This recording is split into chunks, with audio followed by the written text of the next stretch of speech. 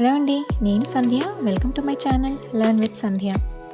అవెన్తో పని లేకుండా చక్కటి టేస్టీ బ్రెడ్ రెసిపీ ఎలా తయారు చేసుకోవాలో ఇవాళ చూద్దామండి. ఈ బ్రెడ్ని నేను బేక్ చేయడం లేదు, బేకింగ్తో పని లేకుండానే ఈరోజు నేను సినమన్తో బ్రెడ్ రోల్స్ చేస్తున్నాను. ఫ్రెండ్స్, ఇంకా ఎవరైనా ఛానల్ని సబ్స్క్రైబ్ చేసి ఉండకపోతే వెంటనే సబ్స్క్రైబ్ చేసుకొని రెసిపీ అప్డేట్స్ కోసం బెల్ ఐకాన్ని ప్రెస్ చేయండి. సినమన్ బ్రెడ్ రోల్స్ లేదా సినమన్ బ్రెడ్ స్పర్స్ తయారీ విధానం ఇప్పుడు చూద్దాం. ఒక కప్పు గోరువెచ్చని పాలు తీసుకున్నానండి. ఇందులోనే నేను 1.5 టీ స్పూన్ల డ్రై ఈస్ట్ వేశాను, 2 టేబుల్ స్పూన్ల పంచదార, 1.5 కప్పుల మైదాపిండి. మైదాపిండిని కొద్ది కొద్దిగా వేసుకుంటూ కలుపుకోవాలి. పిండిని ఎక్కువసేపు నీట్ చేయాల్సిన అవసరం లేదండి. 1 టీ స్పూన్ ఉప్పు, 2 నిమిషాల పాటు అంతా బాగా కలిసేలాగా మనం చేత్తో కలుపుకుంటే సరిపోతుందండి. ఈ డోని 1.5 లేదా 2 గంటల వరకు ప్రూఫ్ చేయాలండి. మనం తయారు చేసేది సినమన్ బ్రెడ్ రోల్స్ ఉంది కాబట్టి దీనికోసం ఫస్ట్ సినమన్ స్టఫింగ్ ప్రిపేర్ చేసుకుందాం. ఒక బౌల్ తీసుకొని అందులో 2 టేబుల్ స్పూన్లు బ్రౌన్ షుగర్ వేశాను. ఒకవేళ కనుక బ్రౌన్ షుగర్ అవైలబుల్గా లేకపోతే బెల్లం పొడి కూడా వేసుకోవచ్చండి. 2 టీ స్పూన్ల సినమన్ పౌడర్ అండి. దాల్చిన చెక్క పౌడర్ వేయడం వల్ల బ్రెడ్కి మంచి ఎరోమానే కాకుండా మంచి ఫ్లేవర్ని కూడా ఇస్తుందండి.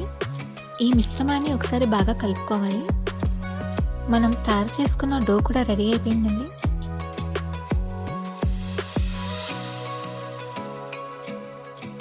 డోని ఒకసారి కలుపుకున్నాక షీట్ లాగా ఒకలా స్ప్రెడ్ చేసుకోవాలి.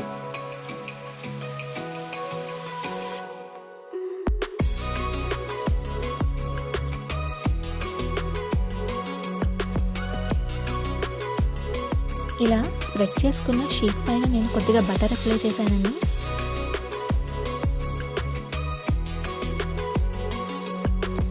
దానిపై నుండి మనం తయారు చేసుకున్న దాల్చిన చెక్క మిశ్రమం ఏదైతే ఉందో అది కూడా వేసుకోవాలి. ఈ దాల్చిన చెక్క మిశ్రమాన్ని ఈవెన్గా ఇలా స్ప్రెడ్ చేసుకోవాలండి. తర్వాత వీడియోలో చూపించిన విధంగా ఇలా రోల్ చేసుకోవాలండి.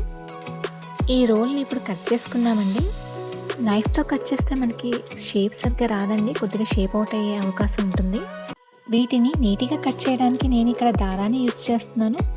ఈక్వల్ సైజులో రావడానికి ఫస్ట్ ఇక్కడ మార్క్ చేసుకుంటున్నాను. ఇప్పుడు ఒక థ్రెడ్ తీసుకొని ఎక్కడైతే మనం మార్క్ చేసుకున్నామో అక్కడ కింద నుంచి ఇలా నేను థ్రెడ్ తీసుకున్నాను. ఇక్కడ నేను వీడియోలో చూపించిన విధంగా ఇలా కింద నుంచి ఇలా థ్రెడ్ తీసుకొని ఇలా కట్ చేసుకోవాలి. ఈ ప్రాసెస్లో థ్రెడ్తో కట్ చేయడం వల్ల మనకి ఇవి స్వర్ల్స్ అనేవి చాలా నీట్గా వస్తాయండి. అండ్ చాలా ఈజీగా కూడా మనకి ఇవి కట్ అయిపోతాయి. చూసారు కదండి, చాలా నీట్గా అండ్ చాలా క్లీన్గా కట్ అయ్యాయి. మీరు కూడా ఇక్కడ చూపించిన విధంగా అన్నింటినీ ఇలా కట్ చేసి తీసుకోండి. ఈ బ్రెడ్ని మనం బేక్ చేయడం లేదండి, వీటిని మనం లైట్గా 2 వైపులా రోస్ట్ చేసి తీసుకుందాం. ఇందుకోసం నేను స్టవ్ పైన ఒక ప్యాన్ పెట్టుకున్నానండి. కొద్దిగా బటర్ వేసుకొని స్ప్రెడ్ చేసుకున్నాను. మనం రెడీ చేసుకున్న ఈ సినమన్ స్వర్ల్స్ని ఒక్కొక్కటిగా ఈ బటర్లోనే 2 వైపులా రోస్ట్ చేసుకోవాలి. ఇవి చాలా త్వరగా రెడీ అవుతాయండి. 2 వైపులా మనం ఫ్రై చేసుకోవాలండి. 2 వైపులా మనకి కొద్దిగా కలర్ వచ్చాక తీసేసుకోవచ్చండి. చూడ్డానికి చాలా చక్కగా ఉన్నాయి కదండి. మరీ ఎక్కువ తీపి లేకుండా చాలా కరెక్ట్గా ఉంటుందండి. మీరు కూడా ఇంకా ఆలస్యం చేయకుండా వెంటనే ఈ రెసిపీని ట్రై చేసి ఎలా వచ్చిందో నాకు మీ ఫీడ్బ్యాక్ని షేర్ చేయండి. ఫ్రెండ్స్, ఇలాంటి రెసిపీస్ని మిస్ అవ్వకుండా ఉండాలంటే వెంటనే ఛానల్ని సబ్స్క్రైబ్ చేసుకొని రెసిపీ అప్డేట్స్ కోసం బెల్ ఐకాన్ని ప్రెస్ చేయండి. ఒకవేళ కనుక మీకు నేను చేసే ఈ రెసిపీస్ నచ్చినట్లయితే వీడియోస్ని లైక్, షేర్ అండ్ కామెంట్ చేయడం మాత్రం మర్చిపోకండి. Thank you for watching.